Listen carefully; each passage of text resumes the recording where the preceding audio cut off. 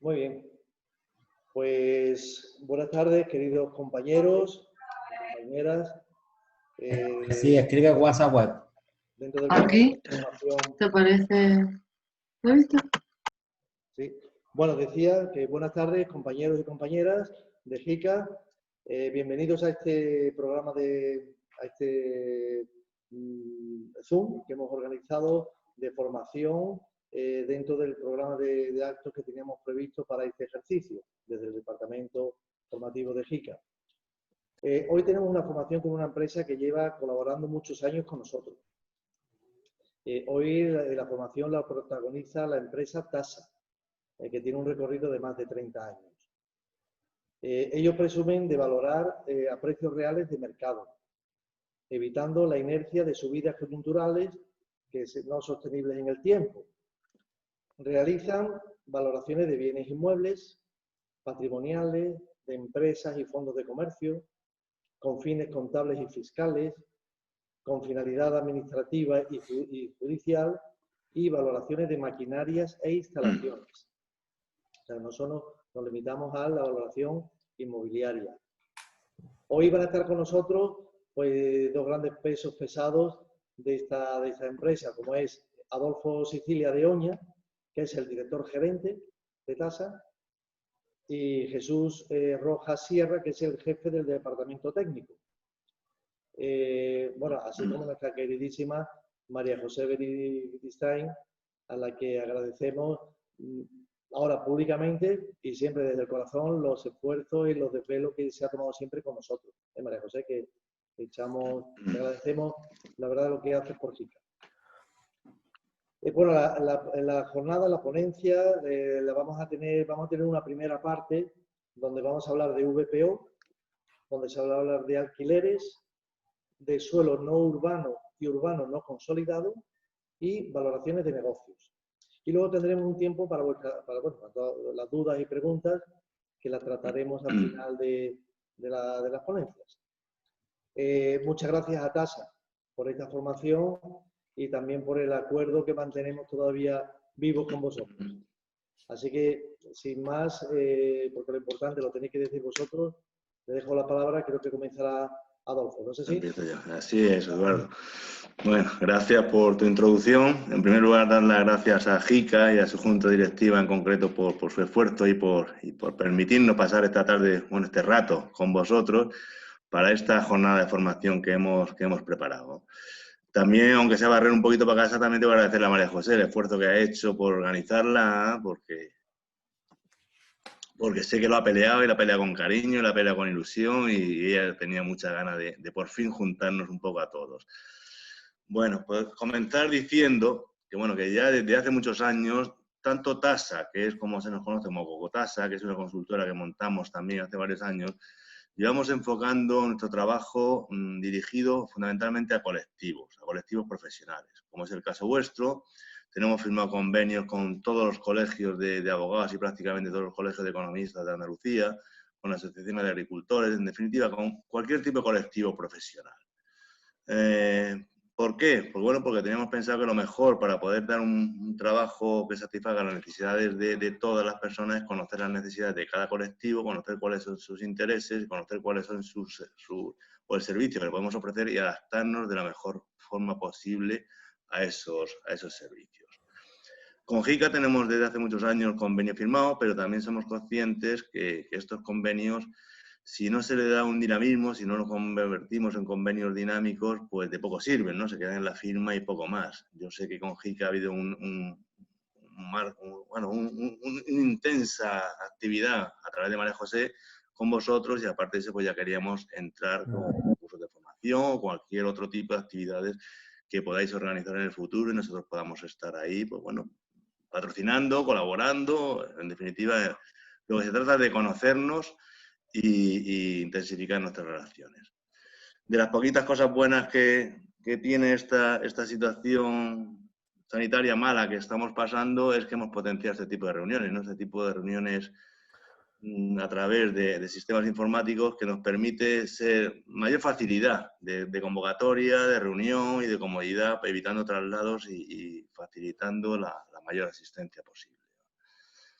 Bueno, pues partiendo de esa base, hemos recibido que a lo mejor las primeras inquietudes, porque pensamos que este puede ser un primer curso y a partir de aquí intentar organizar alguno más. Tratar algunos temas, desde el punto de vista de la valoración, tratar temas como el de los arrendamientos de inmuebles, tratar temas como el de la protección de las viviendas públicas o privadas, tratar temas de fincas rústicas o de edificaciones en suelo no urbanizable, que en Cádiz es un problema bastante generalizado y es, bueno, un problema, una situación bastante generalizada y que nunca acaba de arreglarse en los planes generales. Y también, si el tiempo nos permite, hablar un poquito de valoración de empresas. Queremos aprovechar también, si el tiempo nos permite, de daros a conocer, porque nosotros desde hace unos años, que venimos trabajando con muchos colegios profesionales, nos hemos dado cuenta que a veces el uso de la tasación estaba muy limitado por el tema de los honorarios. A lo mejor cuando era necesario hacer muchas valoraciones, bien por una herencia, bien por valorar patrimonios de grandes empresas, familias, lo que sea, muchas veces los honorarios de las tasaciones limitaban esta posibilidad, ¿no?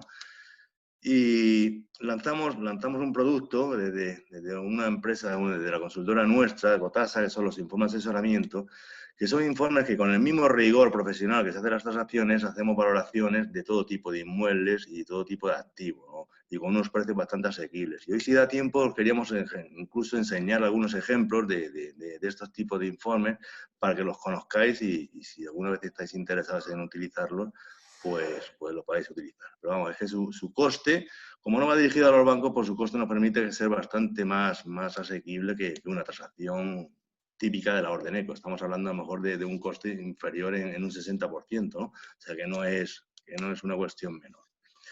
Bueno, pues entonces, si os parece bien, por hacerlo de la forma más entretenida posible, a medida que vayamos comentando cosas de VPO, de arrendamientos, cualquier duda que tengáis, a nosotros nos importa que preguntéis y que interrumpáis, porque así lo convertimos en una intervención más dinámica. Es cierto que hemos tenido bastante curso con colegios de abogados, de economistas, es el primero que hacemos para un colectivo como el vuestro, y aquí somos más inexpertos, no sabemos cuáles son vuestras verdaderas necesidades o qué podéis demandar más en cada uno de los servicios que nosotros ofrecemos. Por eso os pedimos que, si queréis desviar un poco el guión de la charla y preguntar otras cosas, si lo podemos resolver sobre la marcha, lo resolvemos a la marcha. Si nos tenemos que tomar un tiempo, nos tomaremos un tiempo. Pero por lo menos que la reunión o la charla sirva para solucionar dudas, problemas o demandas que tengáis vosotros. Nosotros hemos planteado un guión, vamos a intentar seguirlo, lo haremos entre Jesús y yo, intervendremos indistintamente y, por favor, cualquier pregunta que tengáis que hacer, la hacéis. Si os parece bien, empezamos por Jesús, por los temas de VPO, ¿no? De viviendas de VPO. Sí. A Vale, todo voy a compartir. desde el punto de vista de valoración. Si tenéis alguna duda de esa valoración y podemos también solucionarla, pues lo intentaremos. Bueno, esa es la idea. Vale, bueno, voy a compartir pantalla y presentamos una presentación. ¿Vale?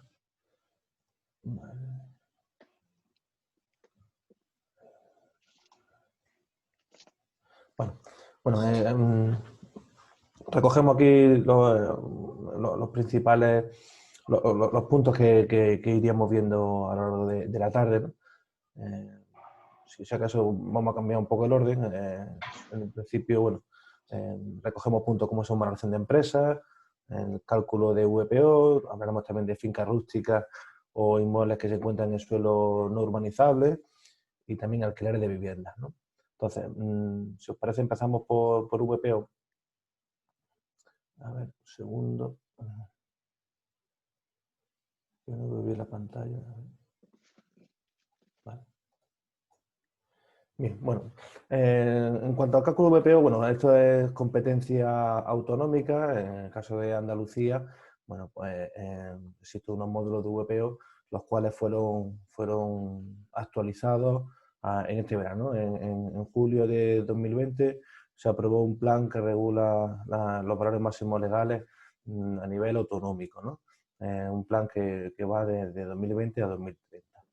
En este reglamento, bueno, se actualizan valores en los cuales Básicamente el módulo básico sobre el que se parte el precio de VPO se actualiza a 760 euros metro cuadrado y luego se multiplican por varios coeficientes, dos coeficientes, uno por ámbito territorial y otro por la categoría de protección.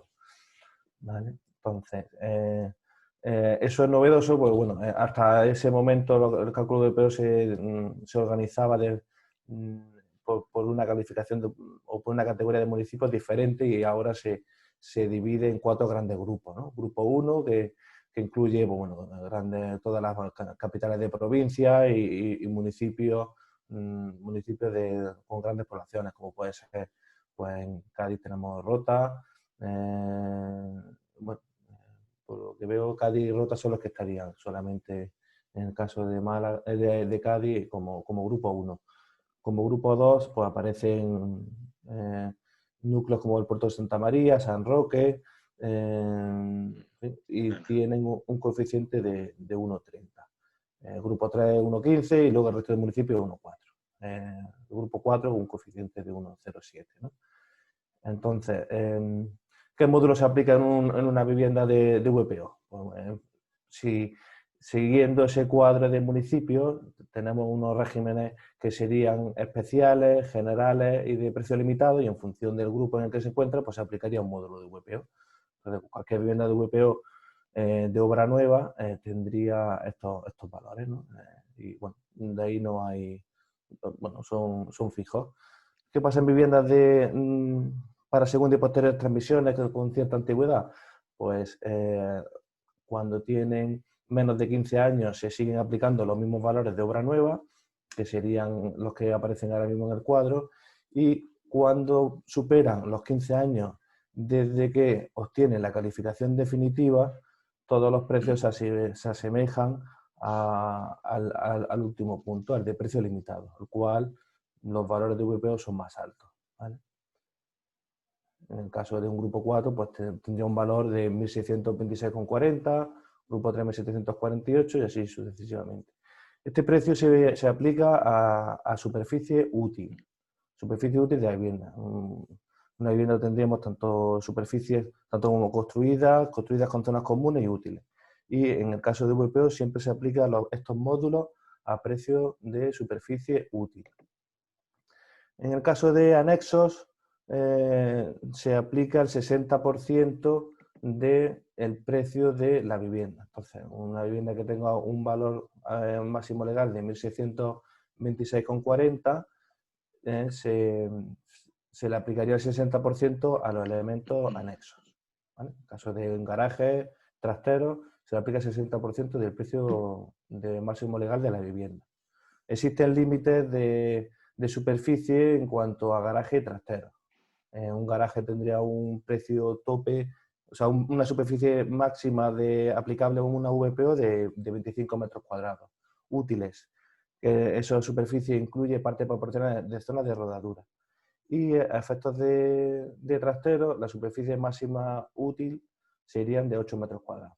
Entonces, hay veces que encontramos viviendas que tienen mayor superficie o anexos que tienen mayor superficie y a efectos de valor máximo legal pues tienen esos límites. En vivienda los límites son 90 metros útiles en el caso de régimen general y precio limitado, y el régimen especial la superficie máxima aplicable sería 70 metros útiles. ¿Vale? Bien, poco más. En algunos casos pueden que se le autorice un valor máximo legal superior, pero bueno, que hay un margen de un 10%, pero eso de alguna forma se le tiene que reconocer a la vivienda en concreto en base a mejoras, ¿no? Y eso sería en cuanto a régimen de promoción privada. ¿Vale? Si pasamos al régimen de promoción pública, viviendas que fueron construidas por el Instituto Municipal de la Vivienda y luego pasaron a las autonomías, normalmente estaban ligadas inicialmente al alquiler, se le aplicarían unos módulos diferentes. Esos serían los módulos que aparecen en esta página. Estos módulos son fijos, no dependen de la antigüedad que tienen y se aplican en base a los ámbitos que ámbitos como se clasificaban anteriormente, ámbito primero, segundo y municipio de precio máximo superior, que serían pues bueno, núcleos de mayores poblaciones. En este caso, viviendas que son para segundas transmisiones, viviendas de segunda mano, pues sería el apartado que tenemos aquí. Para un ámbito primero tendríamos un valor de 1.023,30 metro útil, ámbito segundo igual, y para precio máximo superior 1.307,55. ¿Vale? Siempre a precio útil. Hay que diferenciar de lo que sería promoción pública y de promoción privada. En Andalucía hemos tenido habitualmente la página web de la Junta que normalmente ha dado estos valores, pero lleva un tiempo que no está operativa. Pero bueno, sí tiene publicado la información del Real Decreto y se puede obtener de forma fácil el valor máximo legal en base a este decreto y a estos módulos. Bueno, en VPO hay poco más, ¿no? Bueno, en una tasación de VPO siempre se valoran dos valores, el valor de mercado y el valor sujeto a protección oficial, ¿no? Y siempre como valor de tasación, pues la normativa te obliga a que sea el menor de los dos valores obtenidos, ¿no? Eso cuando se realizan las valoraciones para el mercado hipotecario. ¿Alguna duda en esto o no? Esta es la parte un poco más árida, ¿no? la de VPO, ¿no? ¿Alguna duda? Sí, buenas tardes. Hola. Sí, si es posible una pregunta, dos preguntas. En el caso del 10% que hemos hablado de mejora, si nosotros tenemos la autorización previa de la Junta con el 10% y os la entregamos a vosotros, entiendo que el valor máximo legal por el que tasáis es incluido ese 10%. ¿Es así? Efectivamente, si se aporta el documento administrativo en el cual reconoce ese aumento de ese 10%, efectos de tasación se tienen en cuenta. Es una posibilidad que existe, pero de alguna forma tiene que estar reconocido para la vivienda, porque está ligada a unas mejoras que se le hagan a esa vivienda en concreto. Entonces, si se le reconoce y se aporta a efectos de tasación, se tiene en cuenta. Claro que sí. Vale. Y la segunda pregunta, hemos hablado de los anejos. El 60%, tengo entendido que son 2 garajes y un trastero. Son 2 garajes, ¿no? Pues si tuviese 2 garajes, podría, efectivamente. Los anejos que tenga incluidos pueden ser 2 garajes, efectivamente. Y al igual que puede tener un trastero, a veces incluso podría haber algún otro anexo como almacenes, que también siempre ha habido esa posibilidad, aunque es raro. Normalmente está ligado a un trastero y garaje, con una superficie máxima a efectos de valor máximo legal de 25 metros. Y el sí, pero 25, en caso de fueran 2 garajes, 25 metros cada uno de los 2 garajes. Cada uno, exacto, cada uno. Cada anexo tiene esa superficie máxima de 25 metros. Eso. Muchas gracias. ¿Alguna pregunta más en este de VPO? Bueno. Si queréis hacer alguna pregunta, lo único que tenéis que hacer es o levantáis la manita y yo os doy paso o directamente le dais al micrófono y preguntáis, ¿vale?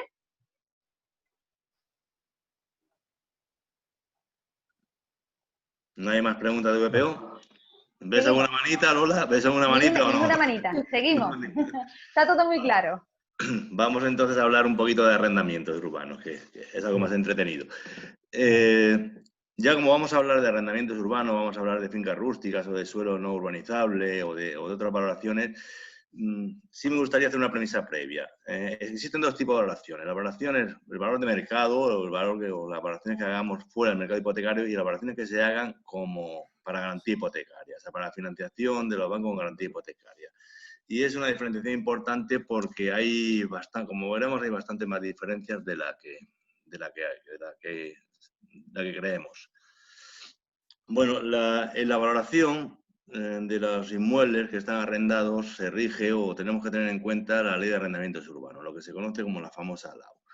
El régimen que se aplica en la LAU se aplica a los arrendamientos de aquellas edificaciones que se destinan a vivienda o bien a uso distinto al de vivienda, que son las dos principales definiciones que recoge la ley. ¿Qué es un arrendamiento de vivienda? Pues un arrendamiento de vivienda es aquel arrendamiento de una edificación cuyo uso primordial es el de uso permanente de vivienda por parte del arrendatario.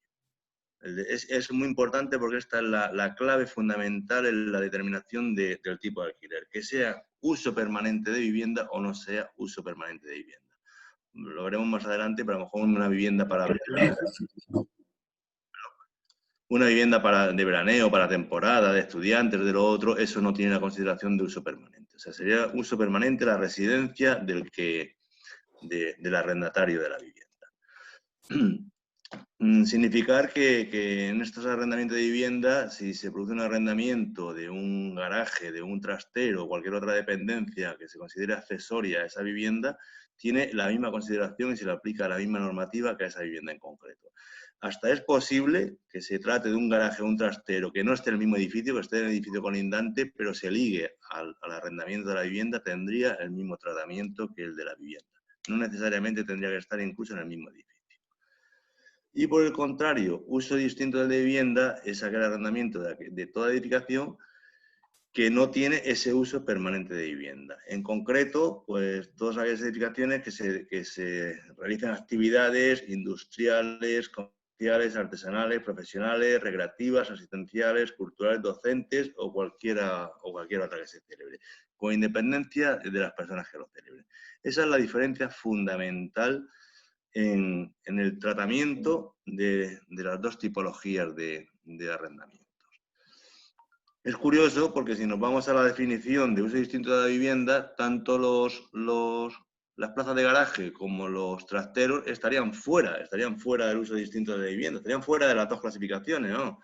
Porque allí no se realiza ninguna actividad industrial ni comercial ni nada. Pero bueno, no tiene ningún efecto, lo digo por si tuviese alguna duda en algún caso, no tiene ningún efecto, porque los arrendamientos para uso distinto de vivienda se rigen bajo las mismas condiciones que la ley del Código Civil, con lo cual no le afecta para nada la calificación de una u otra. Definidos los dos aspectos fundamentales o las dos clases fundamentales de arrendamientos urbanos que existen, pues las dos cosas que más afectan en estos arrendamientos a efectos de valoración son el plazo por el que se realiza el plazo vigente del arrendamiento y la fijación de la cuantía de las rentas, ¿no? En el caso de arrendamientos para viviendas, el plazo puede ser, se puede fijar cualquier plazo, se pacta con libertad de las partes, pero el plazo mínimo es de 5 años. O sea, un arrendador que alquila una vivienda, bien sea por un año, por un mes, por 3 meses, tendrá que, salvo que en el mismo contrato se manifieste de forma expresa y escrita que él va a ocupar, él o sus familiares van a ocupar la vivienda para la residencia permanente durante el transcurso de esos 5 años, si no figura esa cláusula, el contrato, el arrendatario tiene derecho a un mínimo de 5 años de uso de esa vivienda. Después existe una prórroga, que si no se denuncia por ninguna de las dos partes en 2 meses anteriores al año en que va a vencer la primera posibilidad, tiene una duración mínima también de 3 años. Eso en viviendas. Y la renta, la que libremente fijen las partes, ¿no? Eso no, la ley no se mete. Es cierto que durante los 5 años la renta no se puede revisar por ningún índice distinto al IPC. Durante los 5 primeros años se tiene que revisar de acuerdo al IPC. El resto de los años ya se puede fijar cualquier otro tipo de índice. Y respecto a los inmuebles distintos de vivienda, pues tanto el tiempo de la duración del contrato como la renta, como la cuantía de la renta, es también la que libremente pacten las partes. Y esas son las dos consideraciones fundamentales que se tienen en cuenta en la valoración, bueno, en la valoración y en todo, ¿no? Pero en la tasación. ¿Alguna duda hasta aquí?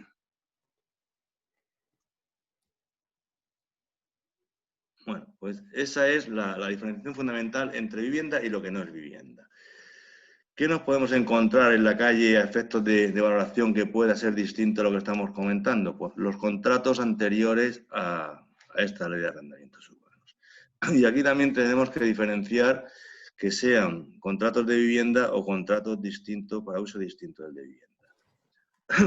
Los contratos de vivienda, a su vez, pues ahora mismo, desde un punto de vista de valoración, pues lo estamos considerando como rentas perpetuas, porque ahí sí cabe todavía la posibilidad de subrogaciones en cónyuges o en hijos, o ya condiciones especiales, ¿no? Como minusvalías o cualquier cosa de estas. Y como no sabemos, como es difícil en el momento de una valoración saber las circunstancias o hasta cuándo puede producirse el fallecimiento de la persona que se subroga o que puede subrogarse, en esos contratos se considera de forma perpetua, como si la renta fuese a permanecer durante toda la vida útil del inmueble. Y en el caso de locales, pues, de uso distinto al de vivienda, pues rige el hecho de que cabe distinguir entre que el arrendatario sea persona física o persona jurídica.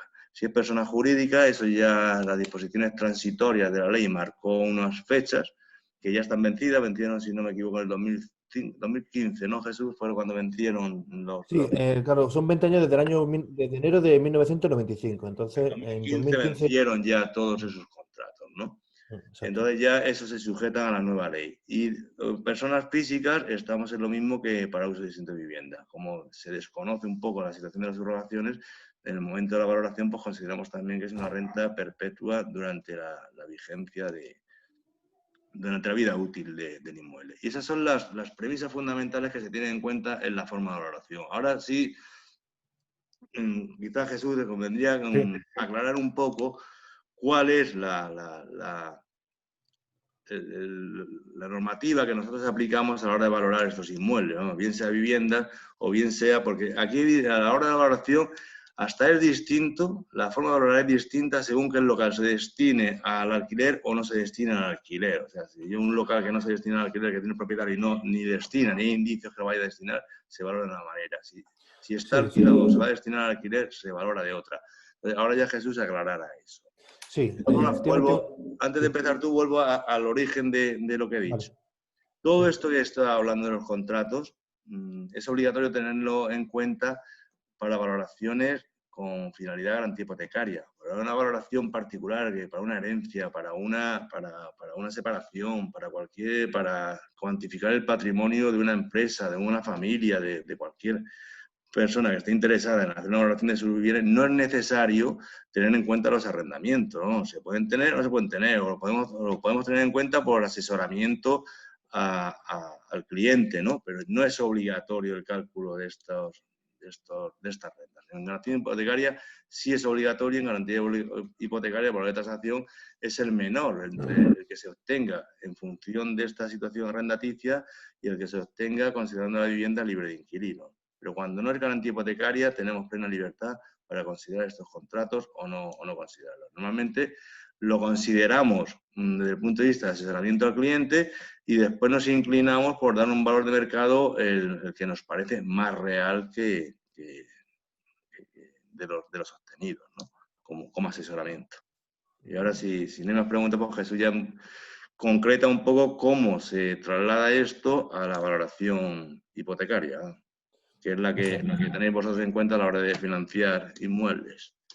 Eso, efectivamente. En una tasación hipotecaria, cuando nos encontramos un inmueble arrendado, pues efectivamente tenemos que tener en cuenta todo el reglamento y la ley de arrendamiento urbano de cara a marcar el plazo que legalmente tendría el arrendatario o los derechos que tiene el arrendatario de cara a estar en el inmueble, ¿no? Entonces, una tasación hipotecaria en la cual el técnico pues, verifica que existe un arrendamiento, pues es necesario que se aporte el contrato de alquiler y el último recibo del pago de la renta, eso por normativa. No lo marca la orden ECO, que es la que aplicamos en una tasación hipotecaria, ¿no? Entonces, a efectos de cálculo y de valor, pues todo lo que la normativa lo que nos exige es que cuando un inmueble se destina al alquiler, si es en el caso de viviendas, tendríamos que aplicar el método de actualización de renta, o sea, la actualización de renta en base a las cláusulas del contrato y al importe de la renta que se paga durante el periodo del contrato. Y en el caso de que sea un uso distinto del de vivienda, además nos implica que apliquemos rentas, método de actualización de rentas en función del mercado de alquiler. O sea, una vez que finaliza el contrato, tenemos que considerar y aplicar la hipótesis de que el inmueble se destine al alquiler durante toda su vida útil. Eso es trascendente en una tasación porque el método de actualización de rentas puede tener, pues, puede ser significativo y puede haber cierta diferencia de valor respecto al valor que se obtenga por comparación en función de comparables en venta, y a efectos de normativa tendríamos que aplicar el menor valor de ambos. Entonces, ahí está la diferencia entre a efectos de tasación cuando un inmueble se encuentra alquilado, en el cual si es una vivienda solamente se tiene en cuenta las rentas durante el periodo del contrato, por lo cual, dependiendo de la duración del contrato, tendrá mayor o menor influencia en el valor final adoptado. Y si es distinto de vivienda, además tenemos que considerar que el inmueble se destina al alquiler durante toda su vida útil. Una vez que finaliza el contrato, ¿qué rentas se consideran a efectos de tasación? Pues las que se obtengan del mercado, en función de un análisis de mercado de alquiler. Al margen de lo que paga de alquiler, pues existe un valor de mercado en alquiler en el cual, por el cual podemos tener un valor de rentas medias de mercado. Oferta de tasación, pues así afecta, ¿no? Hay que verificar que si está alquilado, hay que tener en cuenta el contrato en función de la renta que paga y en función de la duración del contrato, y en el caso de inmuebles distintos de vivienda, además se tiene que considerar que se destina al alquiler durante toda su vida útil. Y eso, pues bueno, tiene su efecto de la tasación. Se obtiene un valor por actualización y se adoptará el menor entre ese y el obtenido en función del método de comparación en venta. ¿Vale? Serían las afecciones las afecciones que tendría un inmueble alquilado de cara a una tasación hipotecaria. ¿Alguna duda? Está todo claro. Nadie tiene manita levantada. Normalmente los contratos de alquiler, cuanto menos duraderos, menos peso tienen en el valor de tasación, ¿no? Más se ajusta al valor de mercado, porque como si le resta un año o dos, pues su peso ya es, digo, en aquellos casos a lo mejor el alquiler está por debajo de mercado, esas cosas. Cuanto menos años le resta el alquiler, menos peso tiene en la incidencia sobre el valor de mercado. ¿No hay dudas en el alquiler de ningún tipo? Nada.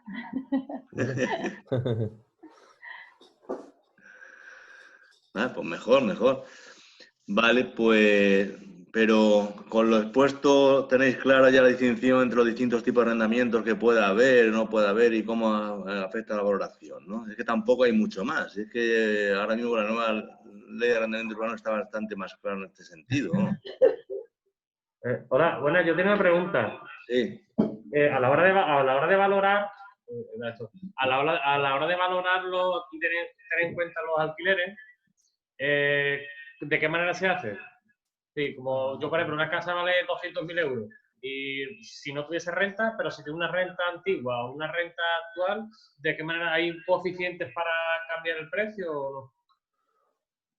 Bueno, cuando te cuento un inmueble alquilado como el que tú dices, ¿no? En el cual se obtiene un valor de mercado en función de valores en venta en 200.000 euros, como el ejemplo que nos plantea, lo que se hace en una tasación hipotecaria es que se aplica un método adicional, que sería el método de actualización de rentas. Ese método, aunque luego le daremos un repaso. Primero de comparación. Exacto. O sea, por un lado se aplica el de comparación en venta, en el cual pues, tenemos el valor como él ha expuesto en 200.000 euros, hipotético, ¿no? Eso, habréis oído hablar de los famosos comparables, ¿no? Y los testigos y eso sí, ¿no? Eso es. Pues lo que se aplica un método, el método de actualización adicionalmente, y lo que nos dice la normativa es que adoptemos el menor entre el método de comparación, que es el que hubiésemos tenido ese importe de 200.000 euros, y el de actualización. ¿Cómo afecta ese método? Pues ese método lo que hace es obtener un valor de mercado del inmueble en función de las rentas que puede producir. En ese caso, las rentas que produce son las rentas del contrato. Si la renta es más alta o menos alta, pues se obtendrá un valor de actualización en base a la rentabilidad que le exigiría un hipotético inversor si compra ese inmueble en base a las rentas que produce, ¿no? Entonces, Cuando es una vivienda y el contrato de alquiler es por una duración corta, pues lo que se hace es calcular la actualización de las rentas durante el periodo del contrato. Y después se suma lo que sería el valor de reversión. ¿El valor de reversión qué es? El valor de mercado del inmueble al final del contrato. Entonces, cuando tenemos un contrato de muy corta duración, el peso de las rentas es muy pequeño en base al valor de reversión, que sería el valor del inmueble al final del contrato. Vamos a suponer que el valor del inmueble al final del contrato sigue siendo esos 200.000 euros, ¿no? Pues si tenemos un contrato de un año, calcularíamos las rentas de ese año. Si paga 800 euros, pues sumaríamos los 800 euros durante ese año aplicando un tipo de actualización que nos actualiza a día de hoy, y luego suma el valor de reversión actualizado, que sería el valor de ese inmueble al final del contrato. Por eso hemos comentado que si el contrato es corto, pues el peso del contrato, el peso del alquiler en el valor final que se obtenga por la actualización de renta va a tener poca trascendencia, porque las rentas tienen muy poco peso en relación al valor de reversión, que es, al fin y al cabo, el valor de mercado del inmueble al final del contrato. ¿Qué pasa si el contrato es mucho más largo? Pues realmente empiezan a tener más peso las rentas respecto a lo que es el valor de reversión, o sea, el valor de mercado. Un contrato a 25 años, por ejemplo, pues tendríamos que calcular la actualización de rentas durante esos 25 años. Ahí afectará mucho qué paga de alquiler. Si paga en función de las rentas, se tendrá un valor de actualización más alto. Eso es lo que ocurre en el caso de vivienda. En el caso de uso... Pero él hablaba de rentas antiguas, Jesús, de rentas antiguas. Bueno, en el caso de rentas antiguas... De rentas antiguas, pues normalmente están asociadas a rentas bajas. Claro. Normalmente. Claro, entonces, sí. claro, cuando es un contrato de rentas antiguas, lo que hacemos es calcular el valor en función del alquiler de por vida, lo he dicho antes, en función de toda la vida útil del inmueble, porque no sabemos cómo se subrogan o están subrogadas hasta el fallecimiento, pues está vigente. Entonces, tenemos que tener en cuenta esa renta antigua, que penaliza considerablemente el valor del inmueble, pero es lógico. Tú imagínate dos inmuebles más o menos parecidos, que uno vale 200.000 euros, pero puedes disponer del mañana. Y el otro también vale por mercado 200.000, pero no puedes disponer de él hasta dentro de 7 años, o 8, o 12, no lo sabemos. Lógicamente no vale lo mismo el que no tiene la disponibilidad que el que tiene la disponibilidad, ¿no? El que tiene la disponibilidad valdrá en función de la renta que te da. Si no sabes si va a estar 12 años, 15, 20, 25, pues el valor será lo que te da, más un valor que tenga de reversión dentro de muchos años. Por eso... Si es de renta antigua, normalmente suelen ser rentas bajas y penalizan el valor del inmueble, pero lo penalizan no por capricho, sino porque lógicamente no puedes disponer de él. Entonces no puedes hacerlo realizable, no puedes venderlo. Entonces, lógicamente, tiene que estar penalizado. ¿Lo entiendes? Sí, yo también quería saber si vosotros tenéis algún tipo de... Si eso se puede cuantificar, ¿cuánto penaliza? Porque realmente mi pregunta era sobre eso, sobre los casos de renta antigua. Que hace poco hemos tenido que valorar una casa así y eso, un contrato, una persona que tiene 60 años y es hasta que fallezca. Algo puede pasar 20 o 30 años y esa persona paga de renta 100 euros. Eso, si la casa, si le mueve, por el mismo ejemplo, de 200.000 euros, ¿hay una manera de cuantificar eso? Claro que se cuantifica. Se da el valor se calcula el valor del contrato del alquiler durante el resto de vida útil del inmueble más el valor de reversión y te dará un valor seguramente mucho menor que el de los 200.000 euros. Claro que se puede cuantificar, sí se cuantifica. Vale, es que eso, si te puedo decir un caso concreto que no ha pasado, es una finca. No sé si ahora vais a meteros a valorar fincas completas. Y claro, es una finca que tiene rentas viejas, rentas antiguas y una casa sin renta. Entonces, ese tipo de productos, ¿qué armas tenemos? ¿Qué manera podemos valorarlo? Bueno, pasarlo en este caso no, pero valorarlo de una manera más fiable. Fíjate, te vamos a dar el valor por comparación, cuánto valdría libre de inquilinos y cuánto vale en función de esa renta. La diferencia es la penalización.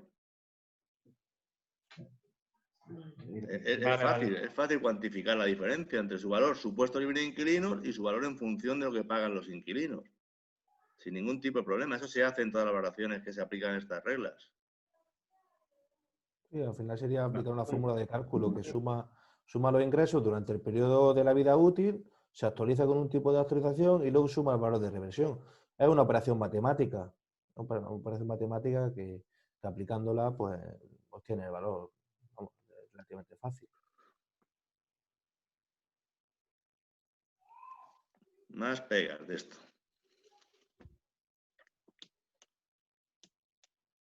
No, esta es importante, esta ha sido instructora, la pega esta. Sí. ¿Tú tienes que añadir algo más de arrendamiento, Jesús? Bueno, simplemente algún matiz. Con la última modificación de la LAU, lo que sí, en el caso de vivienda habitual, cuando el arrendamiento, cuando el arrendador es una empresa o una persona jurídica, esos 5 años los alargan a 7. Esos 5 años de obligación por parte o de derecho por parte del arrendatario de poder permanecer en la vivienda se alarga a 7 años. Y luego... y si la persona jurídica es el arrendatario, no se considera arrendamiento de vivienda, se considera uso distinto al de vivienda. O sea, un banco que lo alquile para director, una empresa que lo alquile para director, cualquier cosa de esa, eso no se considera arrendamiento de vivienda, porque quien alquila es una persona jurídica. Sí. Para beneficio de un empleado, pero eso no se considera arrendamiento de vivienda. Sí. Y bueno, lo único es que hubo un periodo ahí entre 2018 y 2019 en el cual hubo ciertas modificaciones de la LAU que se aprobaron, se suspendieron y hubo ahí unos márgenes en el cual ese plazo de 5 años que pasó a 3, de 3 a 5 y entonces, bueno, aquí marcamos las fechas en las que cuando un contrato se produjo o se firmó desde diciembre del 18 a enero, pues la duración mínima, que hasta ese momento era de 3 años, pasó a 5. Del 24 de enero a marzo volvió a publicarse una modificación de la norma que la duración mínima pasó a 3 de nuevo, porque se suspendió el anterior decreto y luego ya hubo una última aprobación que volvió a pasar otra vez a 5 años, que es lo que se aplica actualmente. ¿Vale? Y en principio, pues nada más. ¿Alguna cuestión? Cambiamos de bloque. Pues cambiamos de bloque. Venga, pues vamos al suelo no urbanizable y eso ya es lo que les interese más a ellos. Y hablar de edificaciones en suelo no urbanizable, hablar un poquito de finca rústica, ya lo que les interese más. Pero yo profundizaba un poco, siendo tan generalizado en Cádiz, la problemática de las viviendas en suelo no urbanizable, profundizaba un poquito más por ahí. Después, en función de cómo vaya, tocamos la finca rústica, si te parece bien, Jesús. Vale, perfecto. Perfecto, sí. Muy bien. Bueno, efectos de valoración que de alguna forma lo que más afecta, tenemos que tener en cuenta que la normativa nos marca efectos de tasación hipotecaria, nos marca una línea en cuanto a lo que es un suelo, cómo se valora un suelo o una edificación en suelo normalizable de lo que no. Entonces, bueno, efectos de normativa nos marca 2 niveles de suelo. Entonces, el nivel que sería normalizable sería un suelo de nivel 2, en los cual, bueno, pues no se permite para usos diferentes de su naturaleza agrícola, forestal y ganadera. Eso a priori, ¿no? ¿Qué pasa? Bueno, pues que tradicionalmente se ha construido en suelo normalizable usos diferentes de esos usos agrícolas, forestales y ganaderos, se han edificado viviendas y otro tipo de edificaciones y que, bueno, pues ese tipo de infracciones o posibles infracciones urbanísticas prescriben al cabo de los años y esas fincas, pues, o esas edificaciones se inscriben en el registro de la propiedad y son valorables, ¿no? Entonces, a efectos de tasación, pues tenemos que existen diferencias de valor o diferencias de cómo valorar una vivienda en suelo normalizable que en un suelo urbano o incluso urbano no consolidado, ¿no? Entonces, una vivienda en suelo normalizable nos obliga a efectos de tasación hipotecaria que el valor del terreno no lo podemos valorar en función de su aprovechamiento urbanístico, en función de su expectativa urbanística, porque son suelos que no se permiten edificar para un uso diferente del agrícola o forestal o ganadero, ¿no? Y bueno, esos efectos de tasación pues implica que tengamos que compararlo o tengamos que darle un valor de terreno a precio de rústico. Es verdad que cuando encontramos viviendas en suelo no urbanizable que en entornos donde existe un mercado representativo de este tipo de viviendas, aunque estén en suelo no urbanizable, podemos tener un valor de mercado por comparación, en el cual, aunque el suelo tenga un precio rústico, pues bueno, la finca que tiene un terreno junto con su vivienda, pues tendría un valor, podríamos tener un valor de mercado por comparación con fincas con las mismas características. Particularidades o problemas que nos encontramos en este tipo de fincas, bueno, pues es importante que aunque esté inscrita, pues cualquier infracción urbanística hubiese prescrito de cara a que no pudiese incoar un expediente sancionador en el futuro. Eso no en todas las viviendas se produce, porque a veces, bueno, hay situaciones en las que no prescriben ese tipo de infracción urbanística. Nos encontramos viviendas que podrían estar en zonas de especial protección, zonas que están en espacios libres, zonas de dominio público, espacios libres, jardines, y todo ese tipo de edificaciones que se encuentran en ese régimen de protección, pues no prescriben. Entonces, efectos de una tasación hipotecaria no podríamos valorarla, incluso aunque estuviese inscrita, ¿no? Entonces, bueno, ahí marca una diferencia de lo que podría ser una tasación hipotecaria de una vivienda en ese tipo de suelo, de poder o no poder valorarla, ¿no? Y por lo general que nos encontramos también, pues pueden existir ampliaciones que a efectos hipotecarios, pues si no cumple urbanísticamente tampoco se pueden valorar. A veces encontramos pues viviendas que tienen ampliaciones, mayor superficie de la que aparece inscrita y que no, a efectos de tasación hipotecaria no podemos incluirla en la tasación, a no ser que se inscribiese, ¿vale? Y bueno, en cuanto a suelo no urbanizable, si lo que tenemos es que en muchas zonas pues, en Chiclana, en Conil, existen este tipo de edificaciones que en vez de estar en suelo no urbanizable, pues en el planeamiento lo incluyen en bolsas de suelo urbano no consolidado. Entonces, en ese tipo de casos, bueno, pues las comprobaciones urbanísticas y las limitaciones podrían ser las mismas, no obstante, el valor de suelo sí podría valorarse en función de su valor con suelos de la misma clasificación, o suelo urbano no consolidado, los cuales tienen un valor más bajo o deben de tener un valor más bajo que terrenos en suelo urbano directo, pero tienen un valor superior a lo que sería un suelo no urbanizable. Igualmente, pues bueno, la edificación debe de cumplir urbanísticamente, o si no cumple, simplemente podemos borrar la superficie que consta registralmente. Y bueno, las viviendas igualmente se pueden valorar por comparación, porque en el caso de que exista un mercado representativo de viviendas con esa misma situación, pues se puede hacer una comparación y obtener un valor de mercado con viviendas de las mismas características. Y bueno, eso en cuanto a edificaciones que podamos encontrar.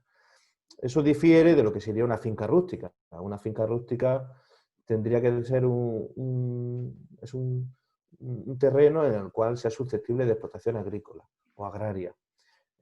Normalmente este tipo de viviendas que he comentado hasta ahora, bueno, no tienen una extensión superficial que puedan desarrollar ningún tipo de actividad agrícola. Por eso se tratan como vivienda, ¿no? O vivienda o la edificación que exista. Si ese tipo de edificación está ligada a un terreno, a una superficie de parcela con más superficie que permite una actividad agrícola, pues a efectos de tasación se le da un tratamiento de finca rústica, ¿vale? En finca rústica nos podemos encontrar diferentes tipos de edificaciones, no solo viviendas, nos podemos encontrar cualquier explotación de carácter agrícola, ganadero, almacenes, naves, aunque bueno, todas las edificaciones que nos encontramos en zonas de esta radio, de núcleos como Chiclana, Conil y demás, pues pueden ser, tienen un carácter más bien o lo que más predomina son el uso residencial. Bueno, podríamos encontrar cualquier tipo de edificación. En cuanto a este tipo de viviendas que estén en esta casuística, ¿os surge alguna duda? ¿Algún caso que queráis comentar? ¿Alguna pega que hayáis podido encontrar a efectos de alguna valoración que haya dado algún tipo de problema? ¿Alguna duda que os surja?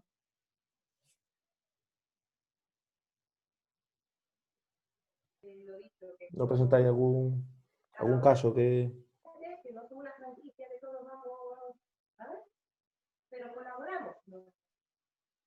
No oímos. No. ¿Alguna casuística, algún caso que se ocurra que queréis comentar? ¿No? Está hablando alguien, pero no... No sé si es nuevo esto.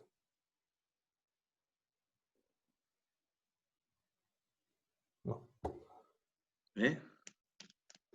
¿Hay alguna pregunta, Lola, o no? Es que no se te oye. ¿Tienes el micrófono? Perdón. Perdón. No hay nadie que tenga la manita levantada ni el micrófono abierto ahora mismo. Yo creía que esta parte iba a generar más preguntas, sí, ¿no? Porque es una problemática bastante extendida allí. A ver si por fin decían que para el año que viene se saldría la nueva ley del suelo de Andalucía y se regularizaba ya toda esta situación. Ahí, desde la constructora Cotasas ofrecemos que una pregunta. Sí. Yo también, Lola. Vale. Ay, espérate, me activo el vídeo. Hola. Hola. Va a preguntar Vanessa, ¿no? Sí. Venga, Vanessa y soy Macarena, pero estoy conectada con Juanma. Vale, es que ya veía yo Juanma, digo, no me suena. Pues Vanessa y después Macarena, ¿vale? Hola, soy Vanessa de Citidía Chiclana y quería haceros una pregunta, porque me ha pasado con otras tasadoras. Sí. Si nosotros encargamos, porque claro, nosotros normalmente cuando cogemos una vivienda en urbano no consolidado, que en Chiclana es muy normal ahora mismo, sí, pues estamos solicitando la cédula urbanística, porque hay veces que la nota nos viene rústico y es urbano no consolidado, el expediente de disciplina que no tenga sanción, e incluimos la referencia catastral, ¿vale? Para intentar que el tasador lo tenga lo más completo posible. Sí. Pero si yo, claro, cuando yo solicito, se me puede dar el caso de que mi compañera pongamos la vivienda a la venta hoy, yo solicite el expediente disciplinario la semana que viene y con suerte venga un comprador que me la quiera reservar. Y claro, el expediente disciplinario me tarda a lo mejor un mes en que me lo den. Que yo haga la consulta y me digan en el ayuntamiento que no tiene expediente y cuando me viene por escrito me digan que tiene un expediente.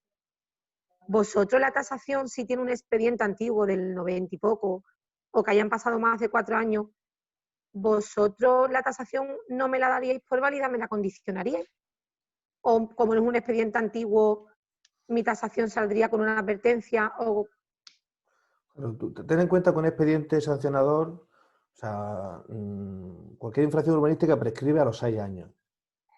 No a los 4. Antes eran 4, pero pasó a 6 años. Ah, vale, a mí es que el ayuntamiento me han dicho 4, por eso te he comentado. Eso cambió a 6 años. Hay una modificación de la LOUA, la Ley de Ordenación Urbanística de Andalucía, y cambió a 6. Pero si esa infracción, la que correspondiese, ha prescrito, no afectaría a la tasación.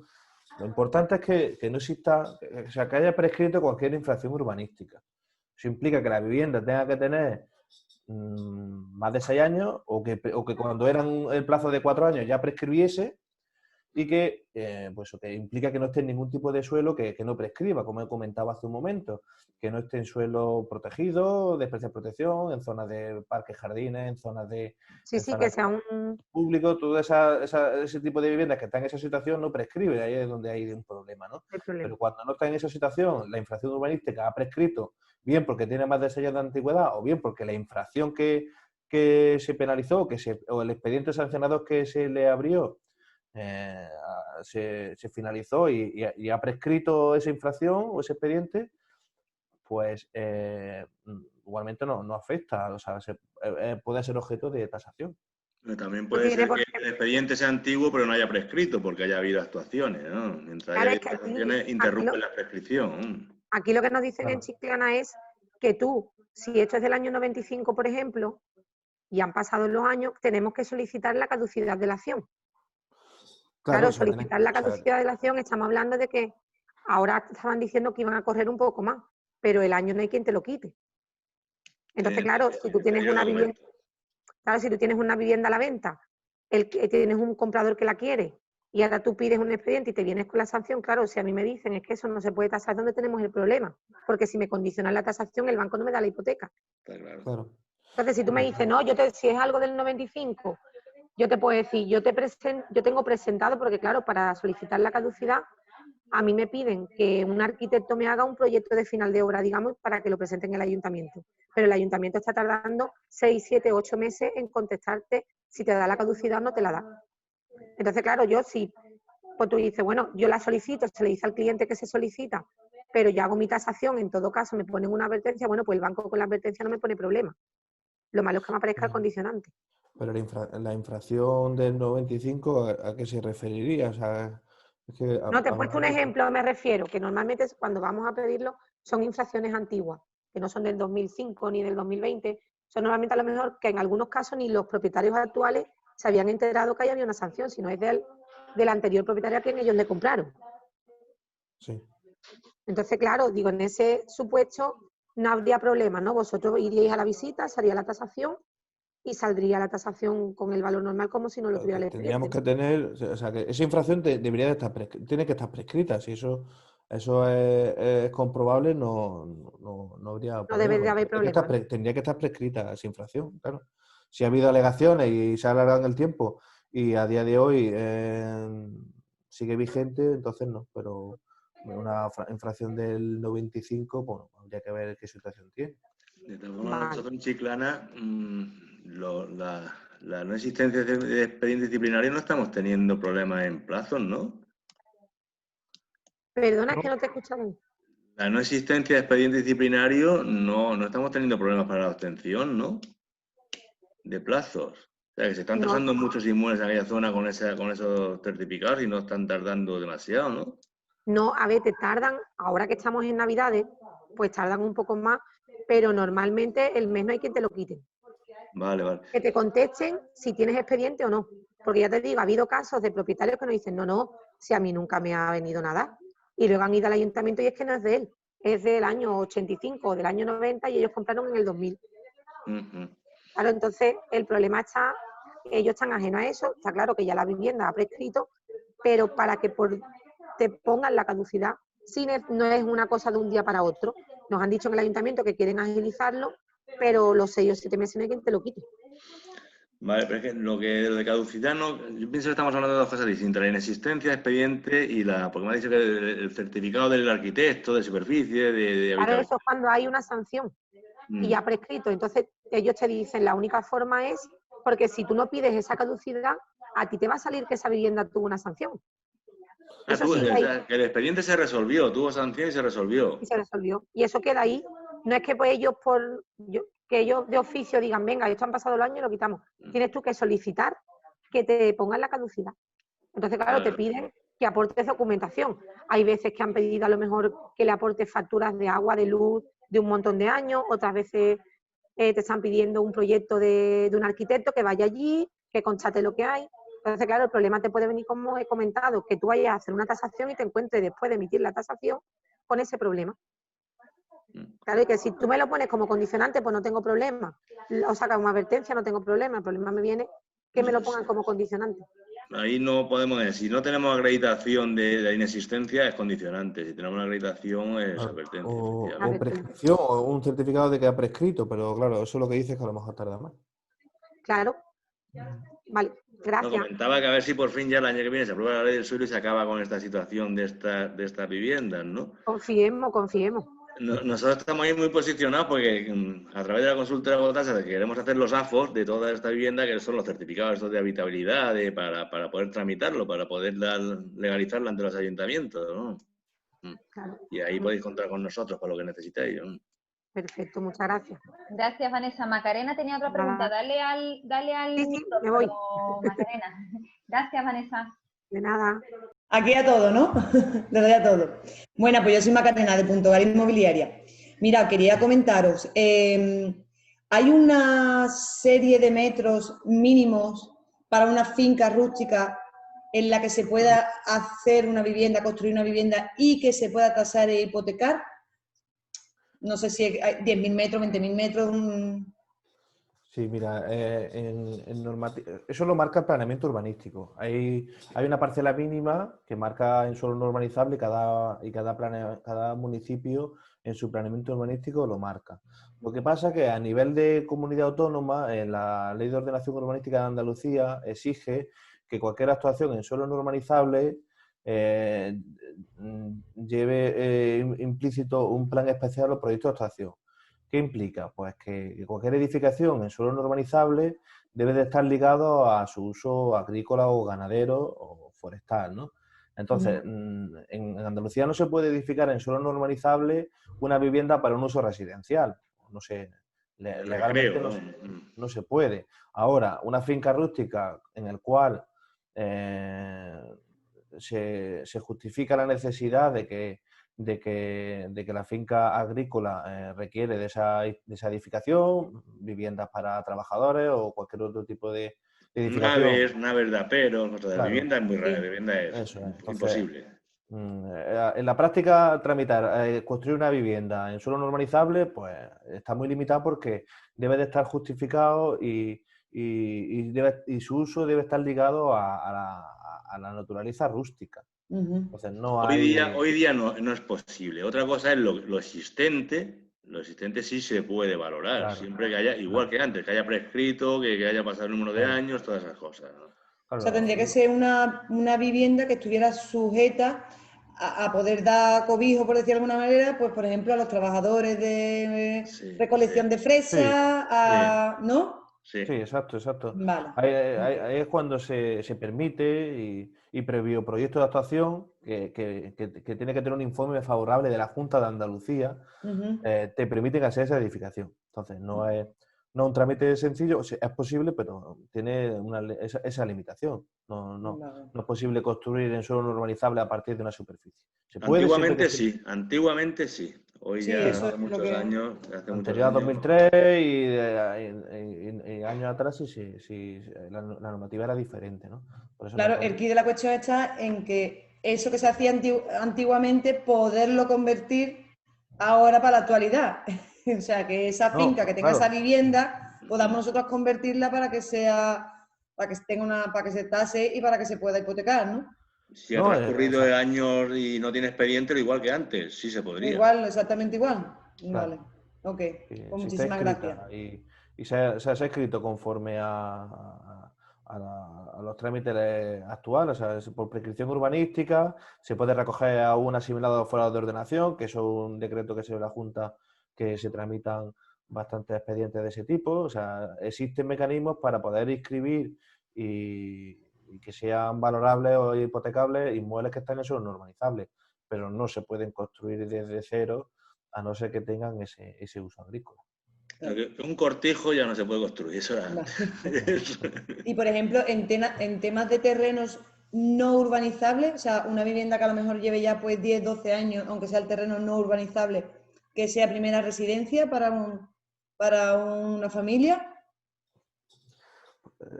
El mismo, o sea, entraría dentro de los mismos casos que estamos comentando ahora. Tiene 10 años, tendría que estar inscrita, tendría que haber prescrito o no tener expediente sancionador, o sea, que no haya un expediente de infracción urbanística, y en ese caso sí se puede tasar. Eso conlleva una serie de advertencias en el expediente, pero se puede tasar. Claro. Vale, pues muchísimas gracias. Gracias, Macarena. ¿Alguna pregunta más?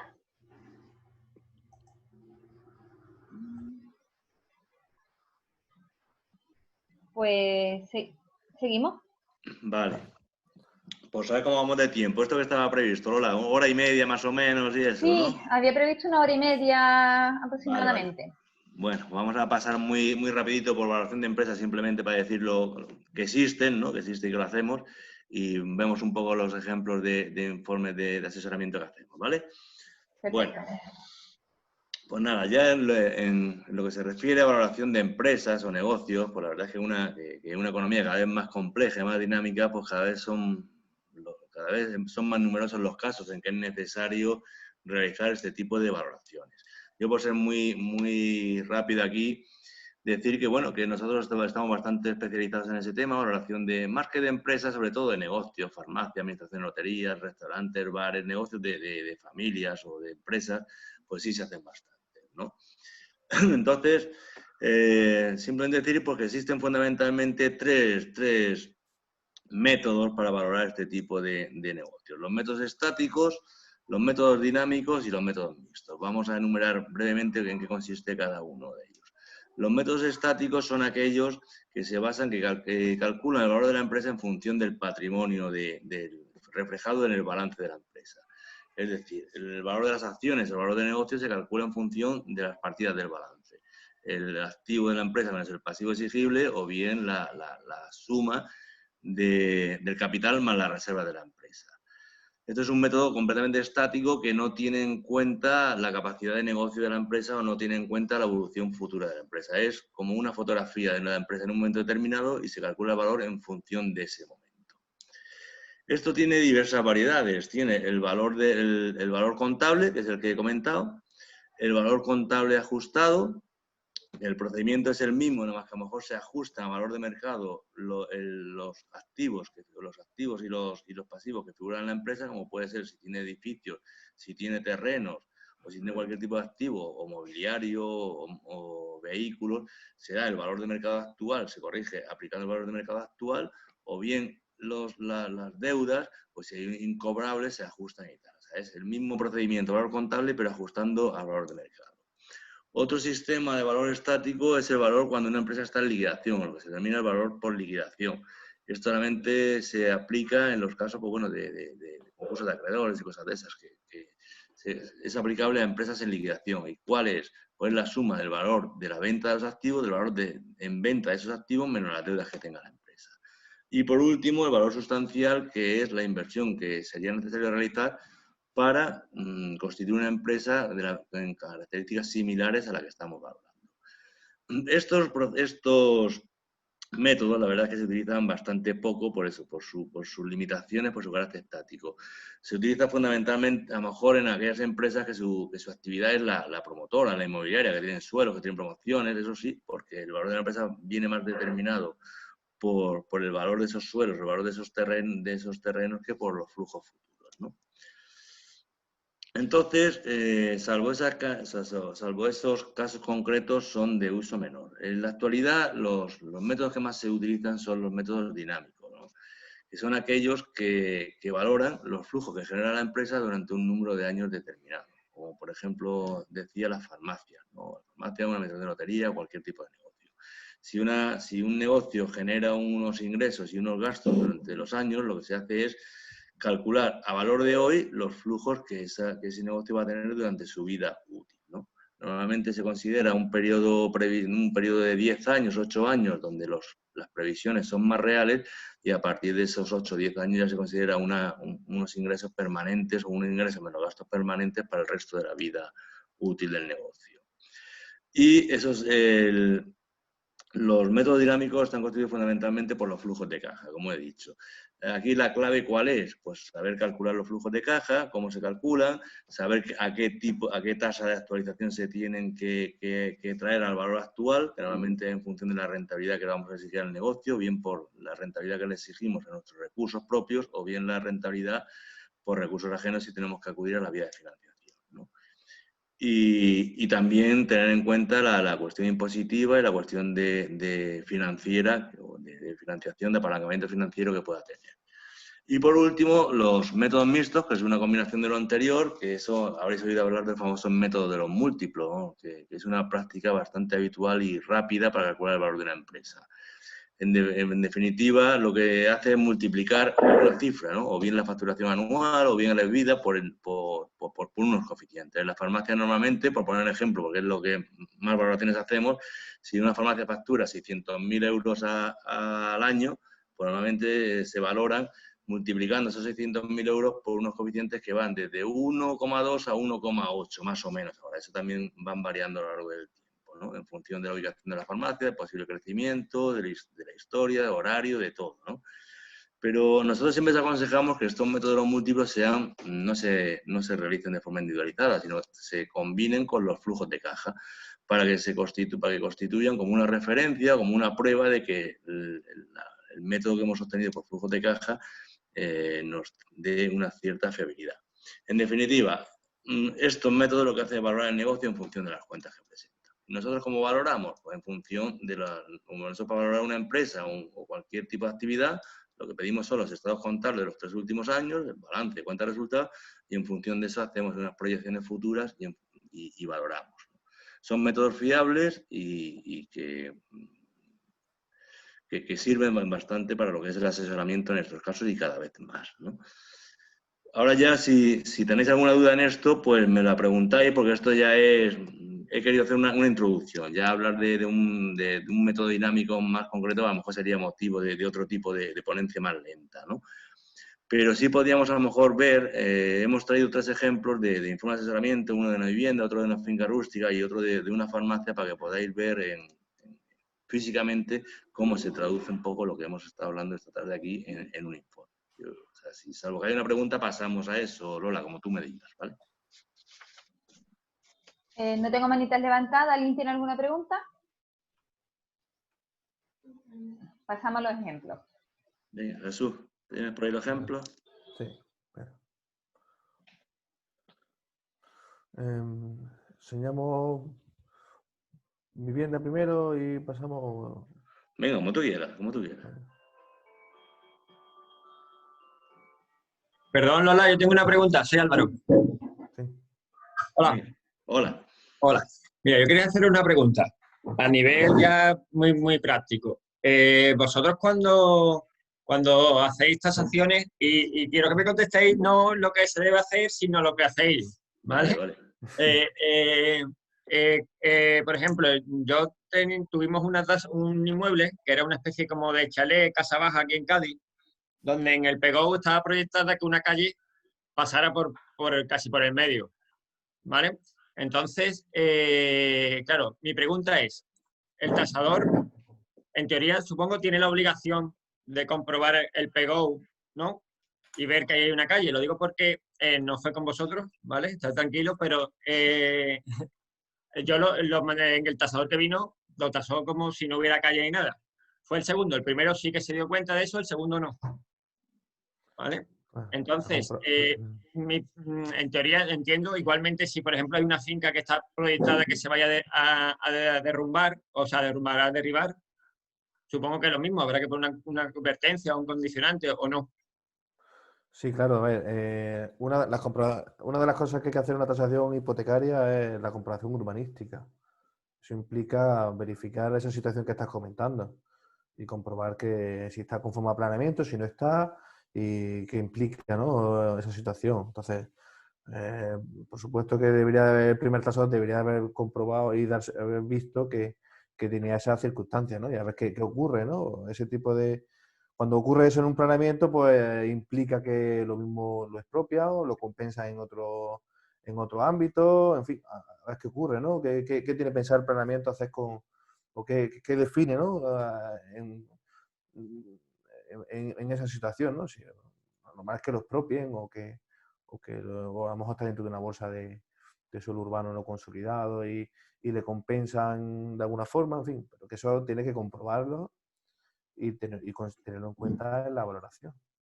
Claro, yo te hablaba porque, claro, en Cádiz, que es una zona urbanísticamente muy consolidada, que no hay suelo casi para desarrollar y tal. Entonces, este último segundo caso que te contaba, es una finca que está en una calle urbanizada desde hace, no sé, 60 años.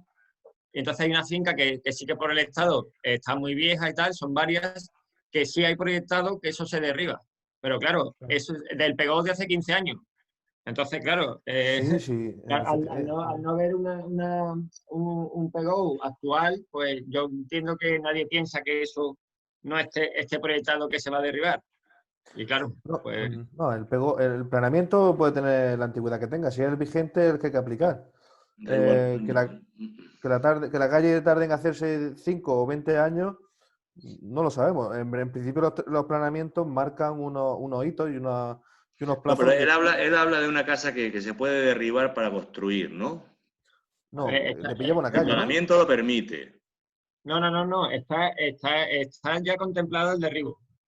¿Vale? Lo que pasa es que eso ya os digo, hace tantos años, y de hecho vamos a urbanismo, lo preguntamos y nos dicen que de momento no están en sus planes futuros, ¿vale? Que sí que se ha contemplado, pero que...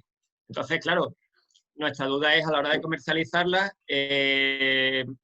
porque el que lo compra es consciente perfectamente y tal. Lo único que en lo que no sabemos es que nos vamos a encontrar si el tasador va y va a ponerlo condicionado y va a hacer una advertencia de que eso está planificado, pues, el derribo. Porque, claro, eso sí podría tener efectos, problemas a la hora de la hipoteca. ¿Pero el derribo para hacer una calle o para poder edificar? El derribo para hacer una calle.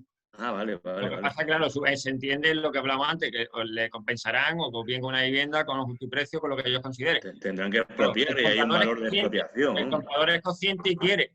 Lo que pasa que lo que no sabemos es que nos vamos a encontrar con la tasación. Si se va a advertir, que entiendo que si el tasador hace el trabajo completo, lo tiene que poner. Hombre, claro. No sé si lo va a mirar o no. Es que eso es lo que... La normativa de efectos de tasación hipotecaria contempla, de hecho es una modificación que hizo a posteriori, contempla que cuando existe un inmueble que está sujeto a un expediente de expropiación o tiene abierto cualquier tipo de cualquier expediente de expropiación o está en visas de que pueda ser expropiado, nos obliga a dar el menor valor entre el valor de expropiación y el valor a efectos de la orden, ¿no? De la orden eco, que sería efectos hipotecarios. Entonces, en esa tasación tendría que, si es el caso, que se va a obtener esa calle mediante un proceso de expropiación, la tasación debe de adoptar el criterio más restrictivo entre la ley de suelo y la orden eco, ¿vale?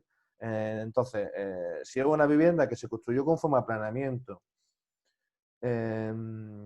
y cumplía urbanísticamente en el momento que se construyó y está en suelo urbano directo, pues el reglamento de la ley del suelo contempla valorarlo por comparación con viviendas, ¿vale?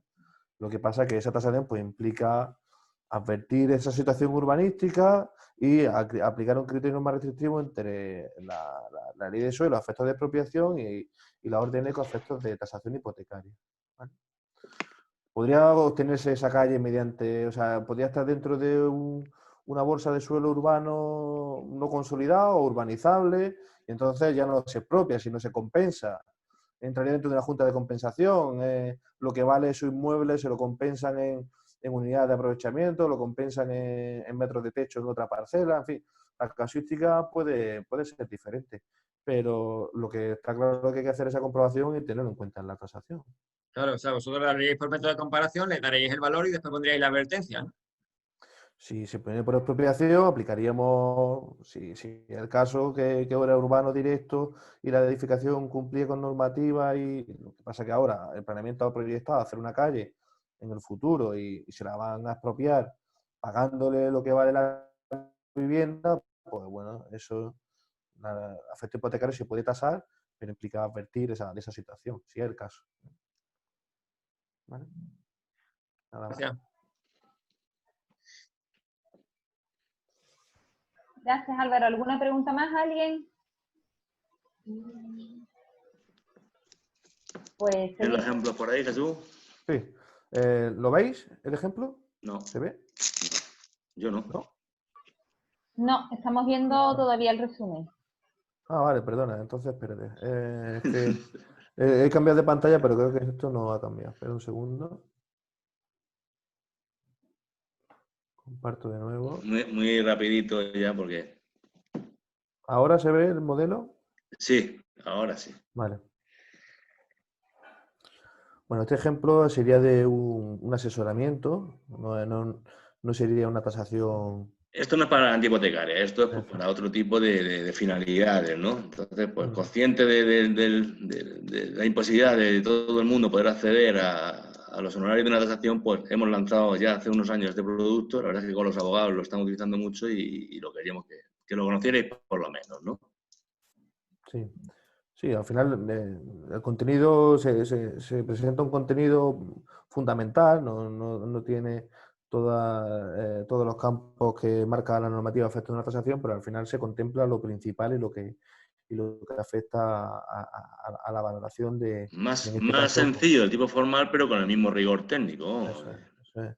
Se aporta una documentación que puede ser, pues, plano levantado en una visita, igualmente un técnico se desplaza al inmueble, hace un levantamiento de plano, hace su comparación igualmente, hace una descripción en cuanto a superficie,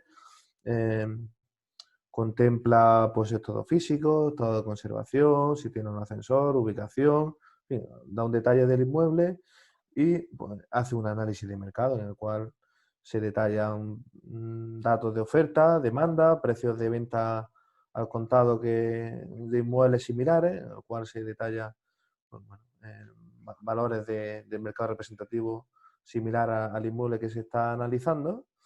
¿Vale? Se aportan luego una serie de comparables en el cual, aunque se detallen de forma escueta, pero no dejan de ser pues, inmuebles representativos con los datos fundamentales que nos dan, va marcando un precio. Y igualmente se aplica un valor se obtiene una homogenización en el cual, mediante la cual se obtiene un valor de mercado por comparación.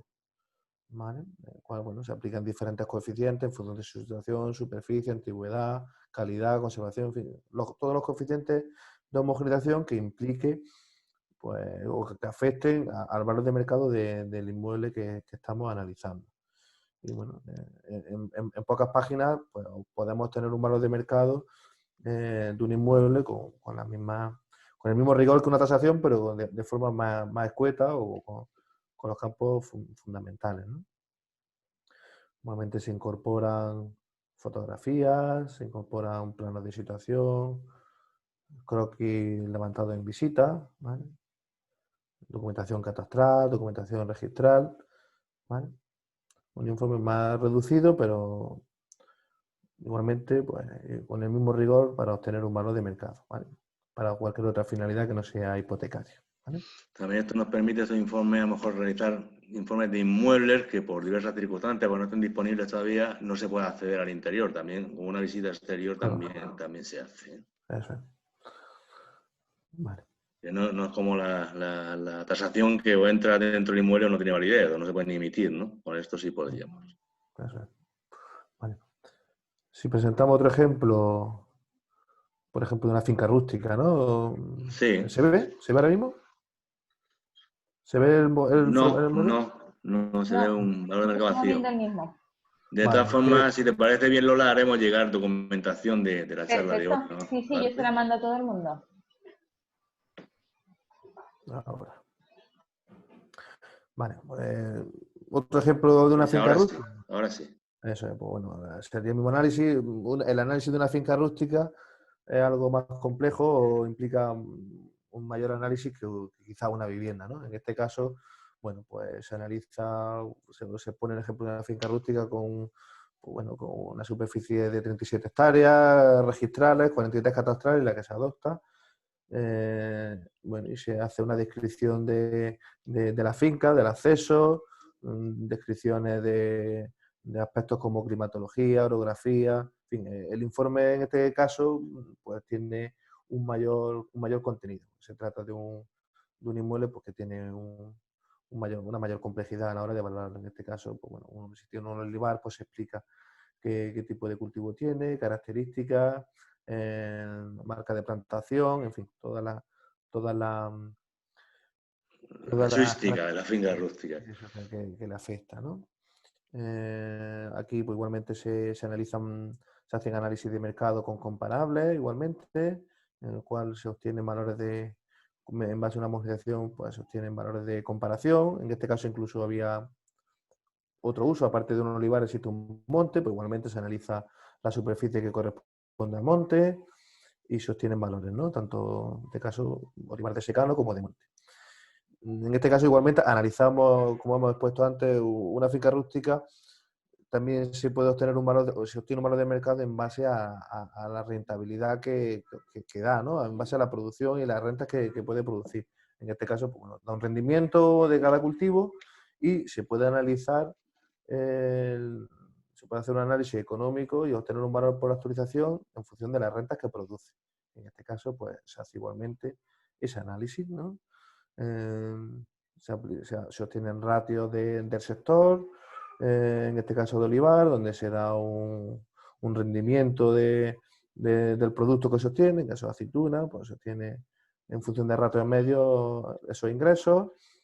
También se analizan los gastos que conlleva la obtención de ese producto.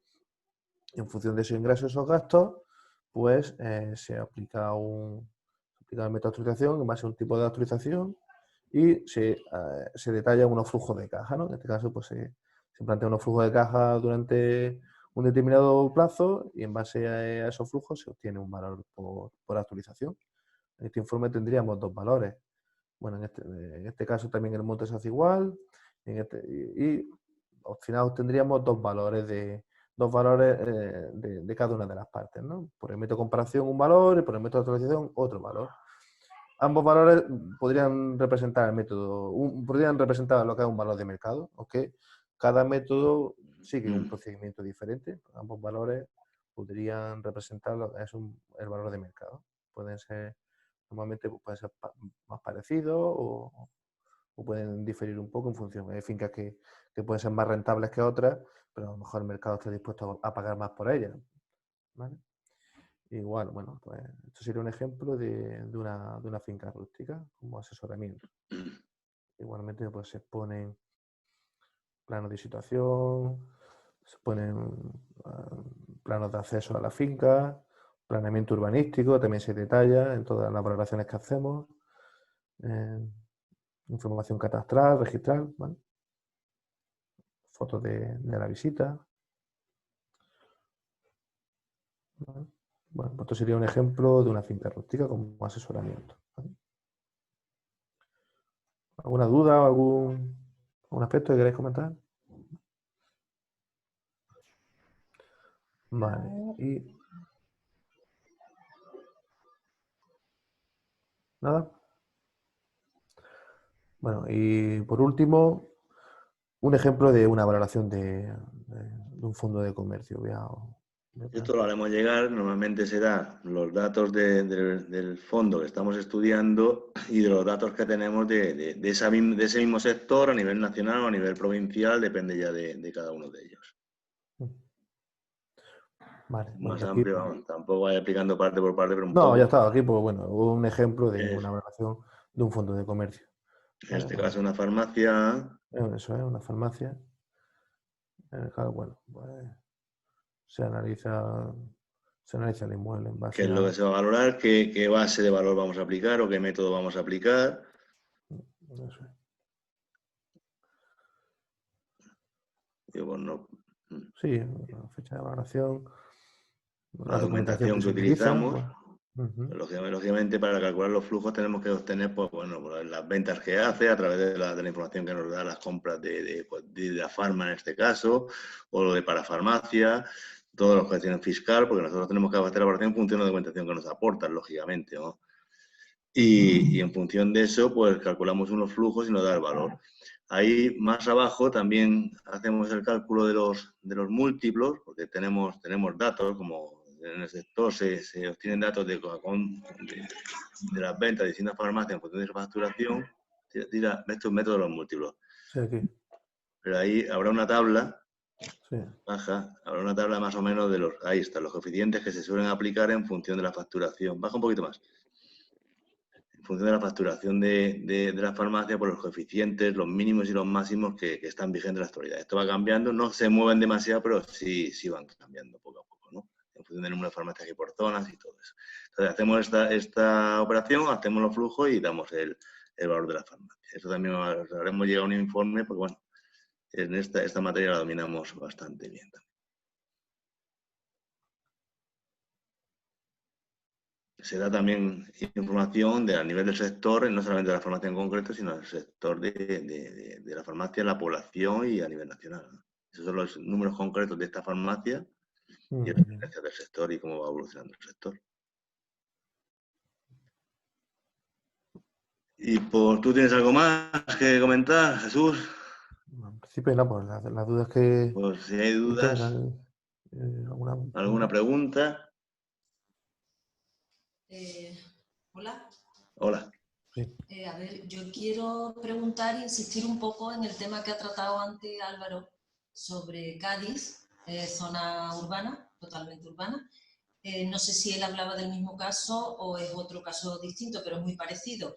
Yo tengo inventado una vivienda en un edificio en plena ciudad de Cádiz, que no se va, o sea, está dentro de un plan parcial urbanístico, en el PEGO, y el ayuntamiento, pues lo que es más o menos lo mismo que ha comentado antes, lo que nos dice es que no tienen intención ninguna de tirar ese bloque, aunque creen que en el futuro, de alguna manera, se hará.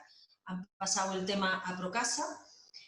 Procasa, hemos hablado con ellos también, nos dicen que en el futuro se harán viviendas de protección oficial. Allí no va una calle, quiero decir, es un edificio entre edificios, allí no va una calle de ninguna manera, al menos que esté planeada. Y nos ponemos a comercializarlo porque eso ni tiene un expediente abierto de derrumbe, ni de ruina, ni de nada, simplemente está metido en ese plan parcial urbanístico. Y una consulta que hace una compañera, porque claro, nos encontramos con el tema de quién va a financiar esto. Si resulta que el que lo compra es una persona que ya tiene propiedades, si Procasa decide tirar el edificio y hacer viviendas de protección oficial, pues como que me lo da, no me lo da, o sea que entramos ahí en el quién puede comprar ese piso. La pregunta es, a ustedes a vosotros como tasadores, hemos consultado con algunos tasadores y nos dicen que ni lo tasan. Entonces, ¿eso es posible?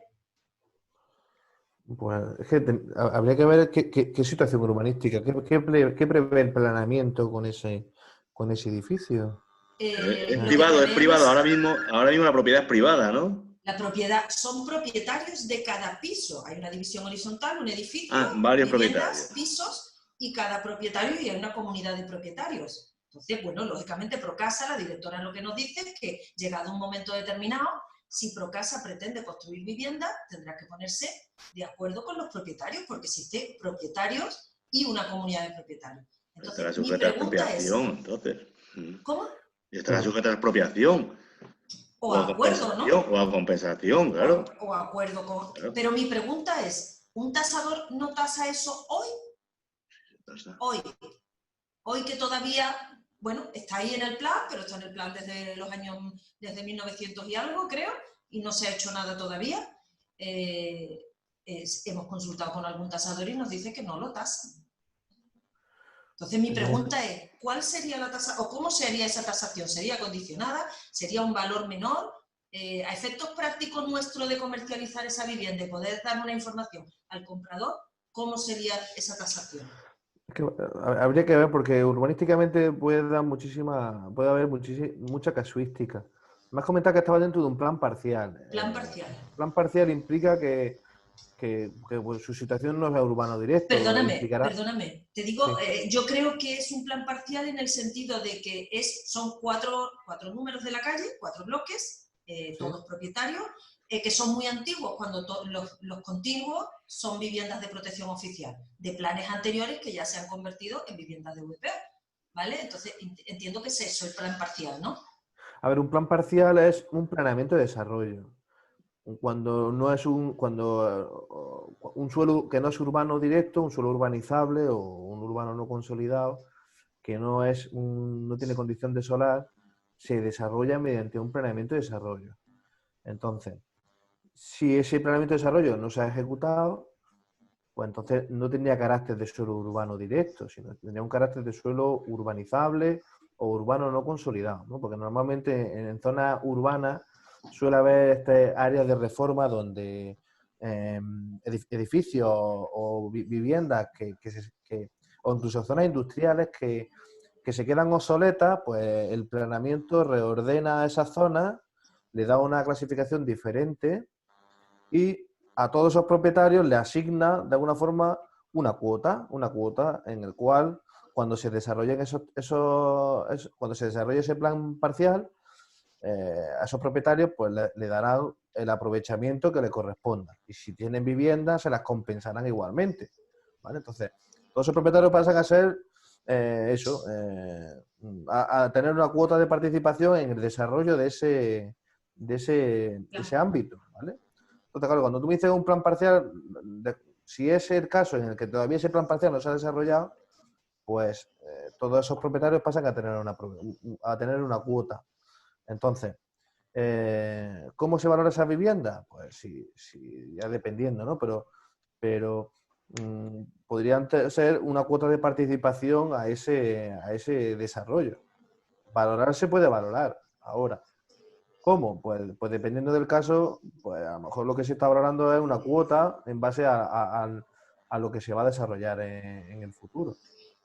No valorarlo, o sea, hay muy pocas fincas las cuales no se pueden valorar. La normativa dice que se rehúse a valorar fincas o inmuebles que tienen un incumplimiento urbanístico grave, ¿no? Entre otras cosas, ¿no? Entonces, si no se tratan de fincas con incumplimiento urbanístico grave, es valorable. Habría que ver ya cómo plantearlo, ¿no? Es que aquí no hay otra posibilidad que edificio de vecinos. Quiero decir, está entre calles, entre...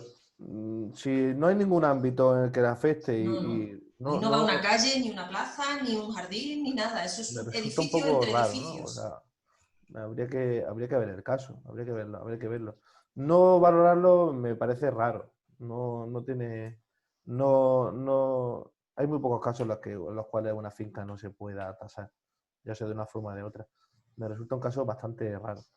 Y eso, podríamos haceros una consulta previa de deciros, oye, esta nota simple y tal, ¿esto cómo se valoraría? Te lo iba a ofrecer, que si quieres remitirnos la documentación o datos, sin ningún problema te lo vemos. Vale, perfecto.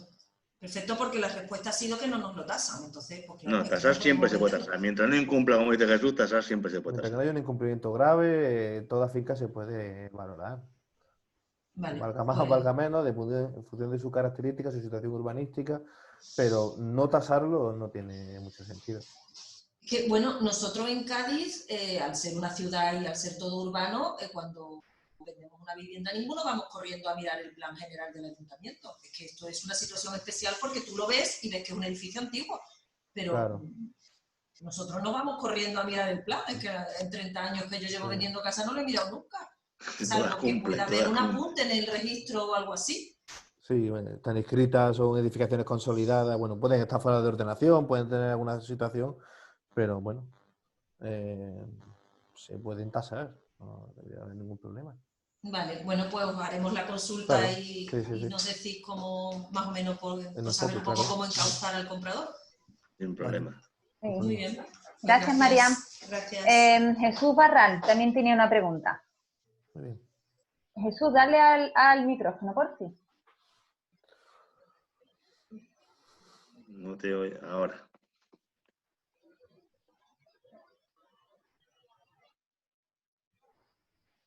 Jesús.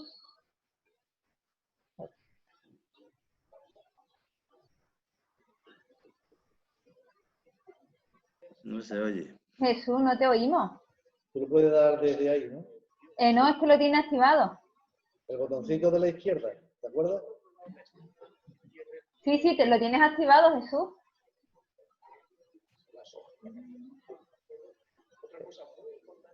No se te oye. No se te oye, Jesús.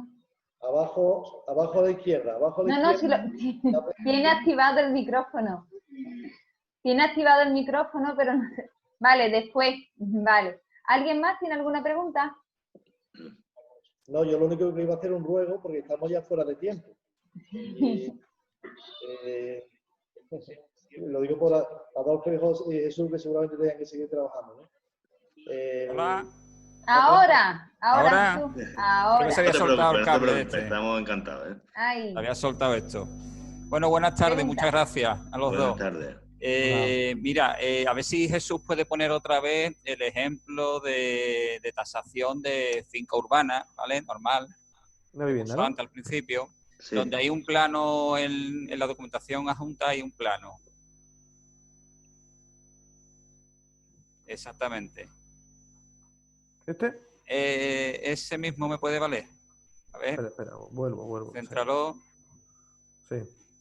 Bien, mira, es que, claro, en mi época, no es que yo sea ya mucho tiempo en esto, pero vamos, en mi época los técnicos hacíais los planos con escala, con la típica escala 1:100, 1:200, y desde hace unos años para acá os habéis dado por poner la reglita esta que ponéis aquí abajo, ¿vale? Entonces, cuando lo tenemos que utilizar para un presupuesto, para una reforma o algo, nos volvemos locos.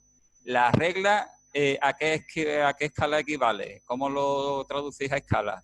Bueno, ten en cuenta, un plano tiene que tener escala gráfica o que esté escalado o acotado, ¿no? Sí. Entonces, bueno, por lo general es difícil que en una tasación vaya... Porque normalmente estos planos se adjuntan a una imagen que se adjunta a un programa informático y normalmente la escala puede variar. ¿Qué hacemos para que, independientemente de la escala a la que esté el plano, se puedan tomar medidas? Pues incluir una escala gráfica. La escala gráfica lo que marca son los metros. Entonces, tú, en base a esa escala gráfica, puedes tomar notas y tomar medidas en el plano, ¿no? Esta escala 1:100, 1:50, 1:75 o una escala indeterminada, ¿no? Con esa reglita es una escala gráfica en la cual tú puedes tomar nota. Tomar nota en base a esa escala de lo que mide cualquier estancia o cualquier tabique, las dimensiones de la edificación. Sí, pero en la práctica, ¿cómo lo traduces? En este caso, por ejemplo. En este caso, pues son metros. O sea, que al final, tú ten en cuenta, vamos a ver si me acerco, a ver si que no se vaya. El otro día Ten en cuenta que cada saltito es un metro. Sí. Un metro. Entonces, si tú quieres comprobar, tú sabes que este plano, cada distancia entre líneas, no sé si el ratón lo veis el ratón? Sí. Vale, pues cada saltito es un metro. Entonces, sí. Pues 1, 2, 3, pues es la escala 6 metros, ¿no? Pues sí. Esta distancia equivale a 6 metros, o cada saltito es un metro. Si quieres comprobar lo que mide esta estancia de pared a pared, pues con esta escala te la podías trasladar Claro, ahí es donde viene el problema. ¿Qué problema? Una reglita aquí, ¿no? ¿Cuál es tu problema? Que ahí es donde viene el problema, que eso no es tan sencillo, que trasladar esto aquí en un documento PDF que vosotros enviáis no es tan sencillo. Hombre, sí, bueno, lo ideal es que esté acotado. Claro, es que si viene a escala 1:100, por ejemplo, yo cojo mi escalímetro y ya acotado ideal, ya si viene acotado te hago la ola.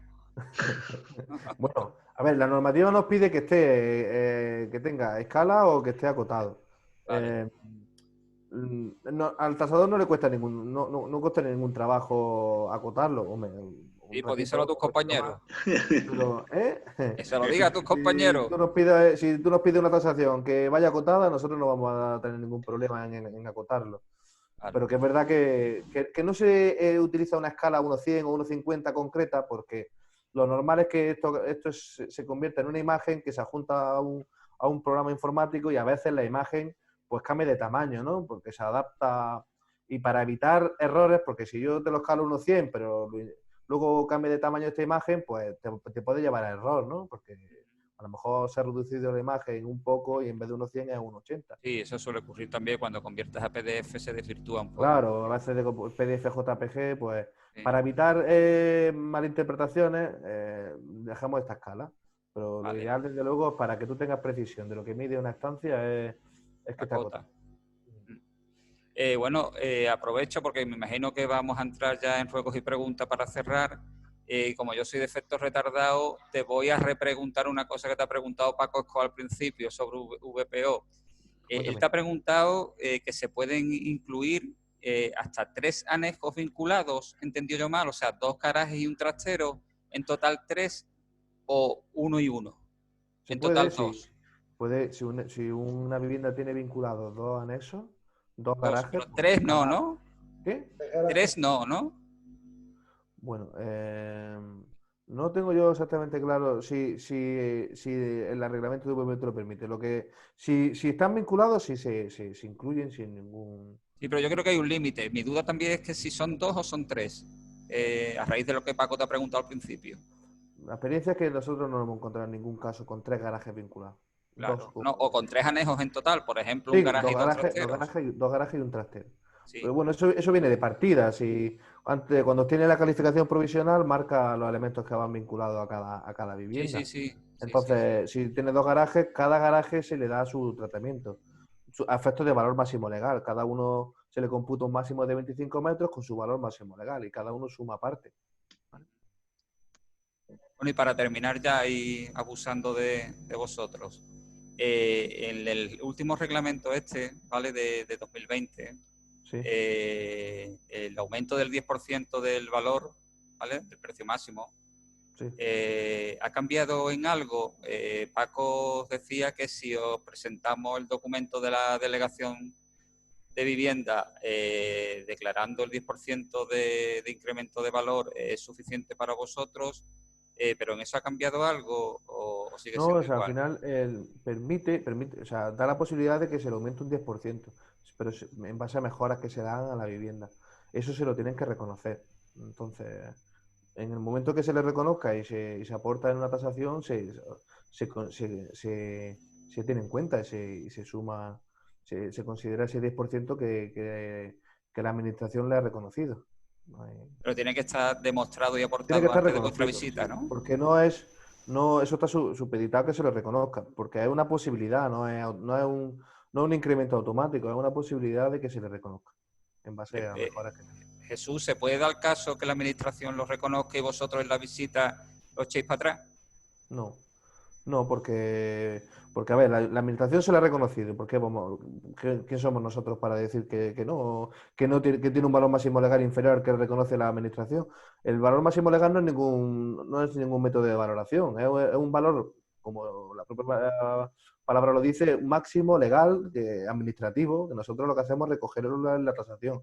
Si el inmueble se encuentra mejor o peor, lo tendremos en cuenta en el valor de mercado. Entonces, si el inmueble tiene algún deterioro de algún tipo, pues afectará al valor de mercado. En la tasación se adoptará el menor entre el valor de mercado y el valor máximo legal. Por lo general, el valor máximo legal es más bajo, pero bueno, a veces ocurre lo contrario. Los valores máximos legales son más altos conforme más antigüedad tiene la vivienda.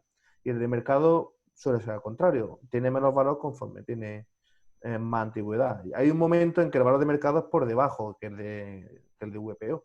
A veces algún cliente se ha sorprendido, nos ha dicho, es que no se ha obtenido el valor máximo legal en la tasación. Es que hay veces que cuando la vivienda es muy antigua, el valor máximo legal puede ser más alto que el valor máximo legal puede ser más alto que el de mercado.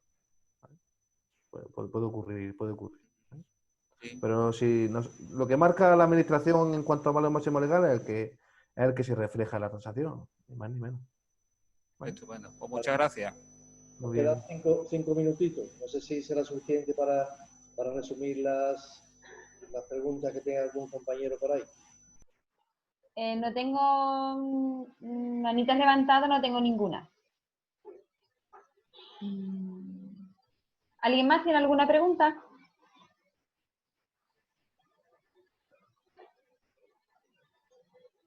Pues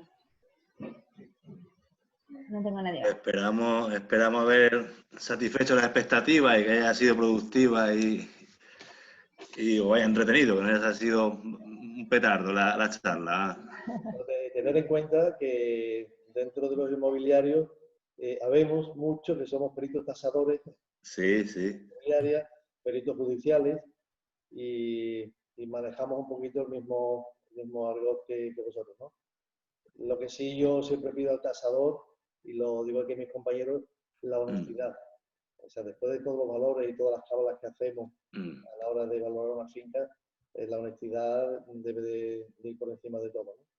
Todos sabemos que si le ponemos cariño a una tasación podemos aumentar su valor y si le tenemos menos cariño podemos depreciar también el valor. Pero que la honestidad, nuestro leal y saber entender que prevalezca por encima de todo, ¿no? Es mi recomendación y es lo que le pido a todo el que me hace una tasación, ¿no? Que lo haga de una forma honrada. Eso es lo que pretendemos, ¿no? Si siempre, bueno, no somos notarios, siempre hay unos márgenes ahí que nos podemos mover, ¿no? Pero de ahí no nos podemos salir. De ahí nos podemos salir. Siempre lo decimos. Cuando se tenga una necesidad de decirlo de antemano para decir si podemos llegar o no podemos llegar, para evitar rectificaciones después por cantidades irrisorias y cosas de esas. Siempre lo decimos. Cuando tengáis una expectativa, comunicarla. Entonces os diremos con toda claridad y toda sinceridad si se puede o no se puede, para no tener que después rectificar tasaciones por cantidades muy pequeñas o que no merece la pena. Bueno, ya por esto hemos pasado tiempos anteriores que tasábamos a demanda. Bueno, ¿tú cuánto quieres que te lo tase? ¿Tú cuánto vas a pedir? ¿Cuánto necesitas? ¿No? Y ya pues de aquello, ¿cómo se dice? De aquella lluvia, estos lodos, ¿no? Sí, sí. Las acciones pues son más ajustadas a unos criterios matemáticos y unos criterios más objetivos, ¿no? Pues me alegra oír eso. Me alegra mucho oírlo. Pues sí. Pues si no hay más preguntas, damos por finalizada la formación. Pues yo agradecer en nombre de FICA, que me ha tocado a mí por no ha podido estar hoy presente nuestra presidenta y bueno, pues siempre es bueno un segundo plato, ¿no? En este caso me ha tocado a mí presentaros y despediros.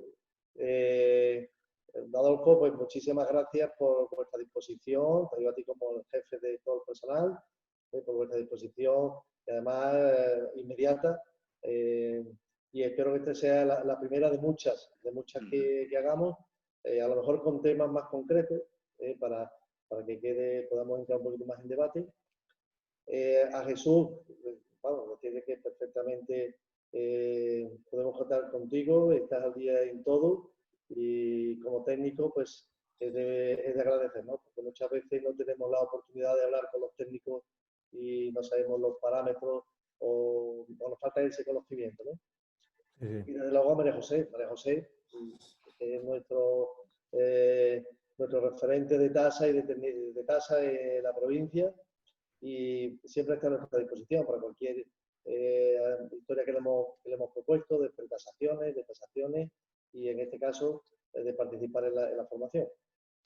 Muchas gracias a los tres, bueno, y al elenco de tasadores que están por ahí, que no los conozco, a muchos de ellos, a Jesús Carañosa, a Pilar Preteguer, creo que también, o sea, algunos que veo por ahí que no me suenan los nombres, pues agradecer también el trabajo que hacen con nosotros.